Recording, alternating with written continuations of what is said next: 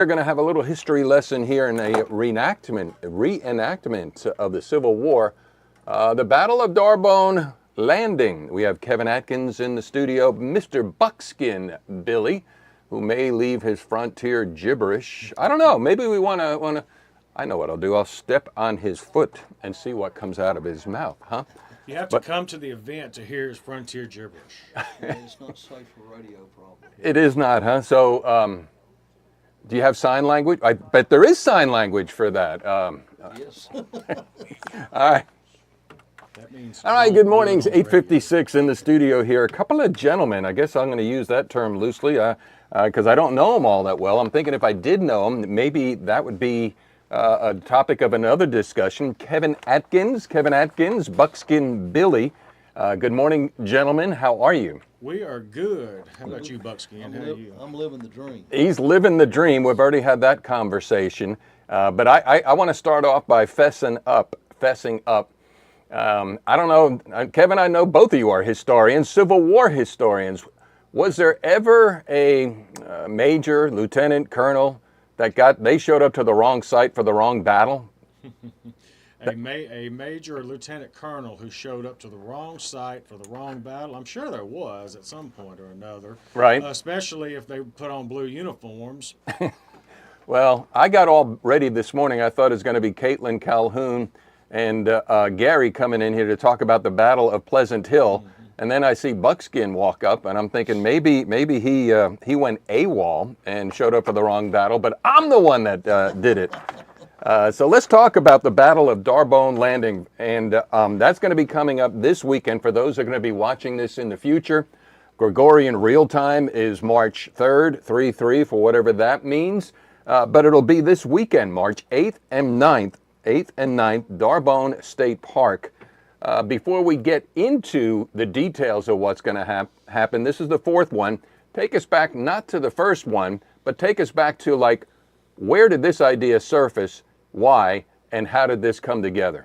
Well, the interpretive ranger, John Witherington, God bless him, at Lake D'Arbonne State Park, contacted me back in 2011 about hosting a reenactment at Lake D'Arbonne State Park just outside of Farmerville. And, so I jumped all over that as a way to educate the public, live history and have fun. Live history, have fun. That's my motto.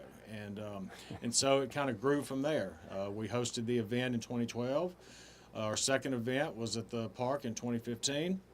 And we brought it, after a hiatus, we brought it back last year. And was a great success, and now it's an annual event. So it's coming up this weekend. This will be the fourth installment of the Battle of D'Arbonne Landing. All right, so let's correct history, because I think I almost challenged Buckskin Billy when he got here, and I said, so give me the information on this, and this is fake news. He said, what are you talking about? It's a real battle, but it did not happen in history, but you all are accurate to history in the reenactment. Did that make sense?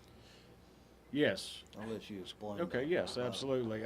So, yes, there were no actual military engagements that were documented that occurred in Union Parish during the war between the states. However, what we will be doing is we will be reenacting scenarios that did occur elsewhere.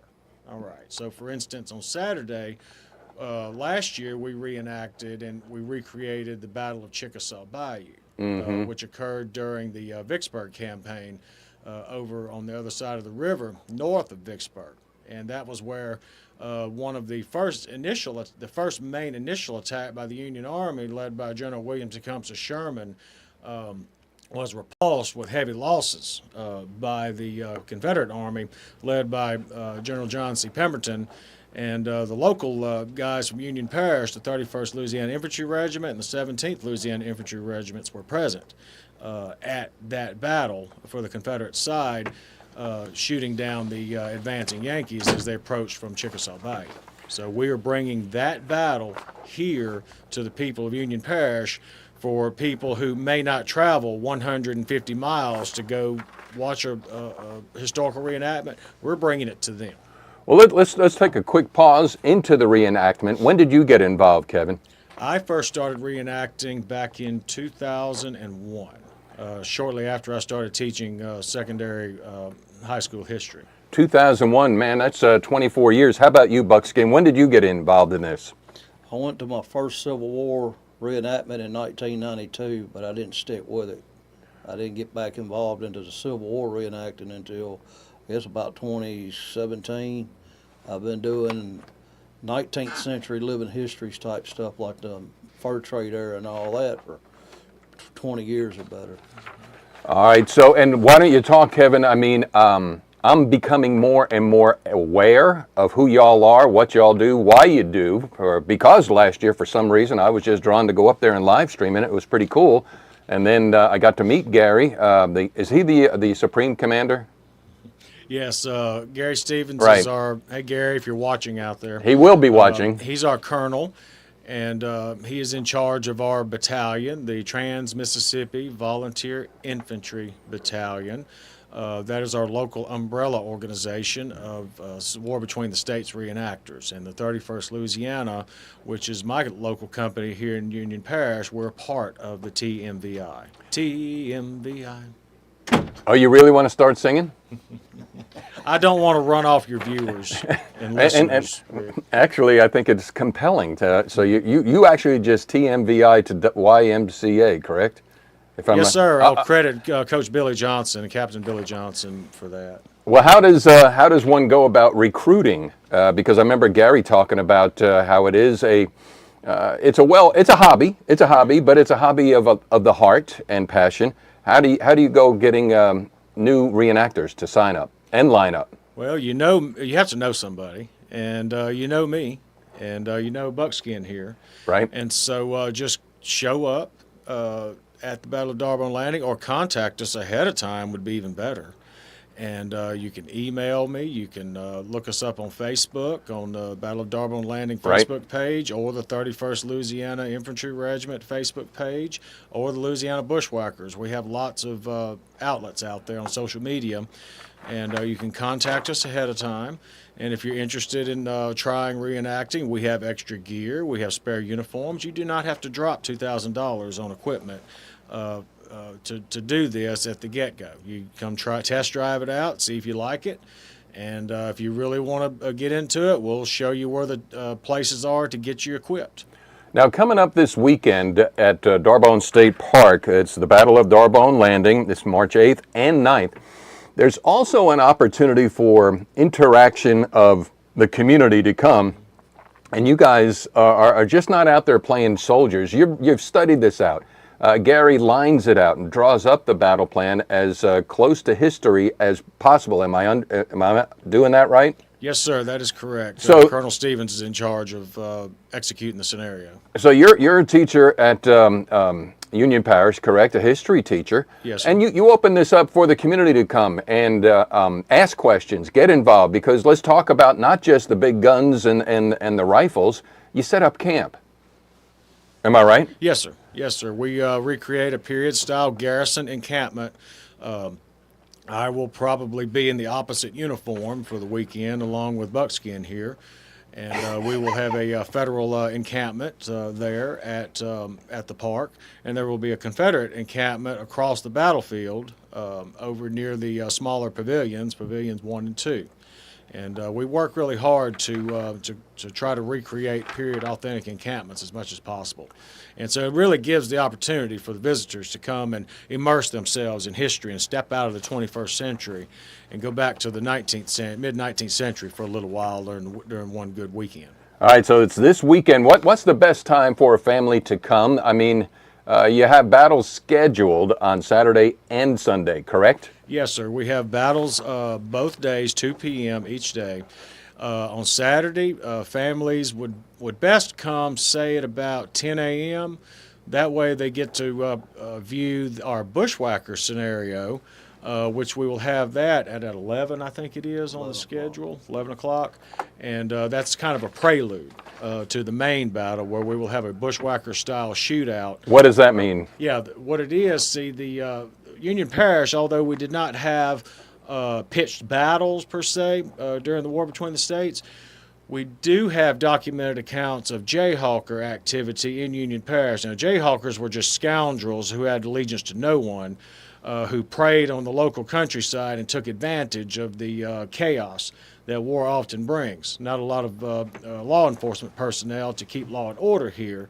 And so the Jayhawkers would commit depravities such as rape and theft and murder. The Bushwhackers were local irregulars who put a stop to this, Right. and who came in to put a stop to the depravities and end the Jayhawker activities in our area. Why were they called Jayhawkers? Is the J for jerks? Well, if you're familiar with was it Kansas Jayhawkers? Yeah, yeah. Yes, Kansas Jayhawkers owes its namesake. So they yes, were they pretty take much- pride in that? Apparently so. They Gosh. named their mascot after the Jayhawkers, so I can't All right. speak to that. All right, we'll let that one lie. Yes. All right, so it's going to be this weekend. But is it free admission to the park? I would presume, right? Or The public will have to pay a fee to the park. I think it's $4 per vehicle, if I'm not mistaken. It's Okay. a nominal fee to Sure. enter the park at the front gate, and then from there, it's free to watch the battle and participate in the event from there. all right, the QR code I'm flashing up on the screen now will take one where? Yes, that will take you. The QR code will take you to the Louisiana Bushwhackers website, and you'll see the reenactor registration page. The public does not have to fill that out. That is for the reenactors to come and register for our event. Right. But it does have all information, pertinent information regarding the Battle of Darbone Landing there. And also you have some sponsors that you've lined up that you want to Yes. give some shout outs to. Yes, thank you. I'd like to give some shout outs to our general level sponsor, which is Union General Hospital. Thank you for taking care of us, both financially and physically. We have our colonel level sponsors, which is Origin Bank. Thank you for taking care of us financially. And Louisiana Division, Sons of Confederate Veterans. The Foster's Farms in Farmerville. The town of Farmerville, thank you, Mayor John Crow. Yes. Our major level sponsors, the Kennedy Twins, Ronnie and Donnie Kennedy. JMS Mini Healers, thank you, Mark, for your support. Roro Snack Shack, some mighty good eating there. The official restaurant of Buckskin Billy. Yes, the official restaurant of Buckskin Billy.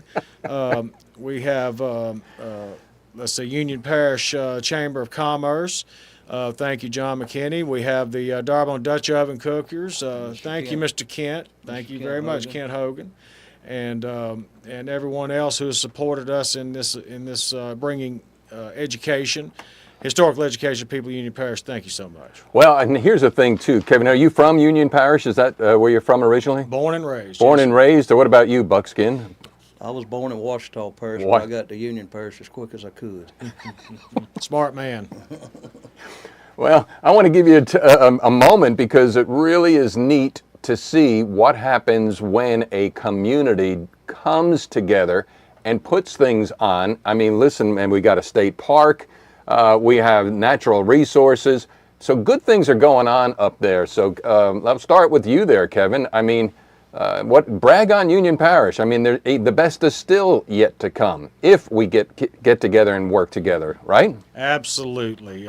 We are a tight-knit community up around Lake Darbone and in the outlying communities of Spearsville and Bernice and Lilly and all the way up to Junction City and down to Downsville and over to Huttig and Marion and everywhere in between. Spencer, we work together, we come together, and we really do live up to the name of Union Parish. Good. That is good. And oh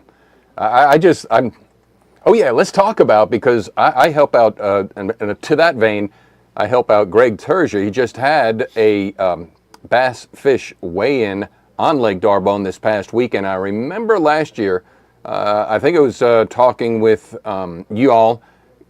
There's going to be big cannons, and there's no cannonballs, but there's big booms, and you know how people on social media, they think that the MiG jet fighters are coming in low over Lake Darbone. Explain what's going to happen sound-wise. Okay, you will begin to hear, if you live around Lake D'Arbonne or work around Lake D'Arbonne, you will begin to hear explosions there Friday during our school day. Yes, we will have a school day. Wow, good. On Friday. So local schools, please contact Lake D'Arbonne State Park and tell them you're interested in coming and tell them how many students you plan to bring.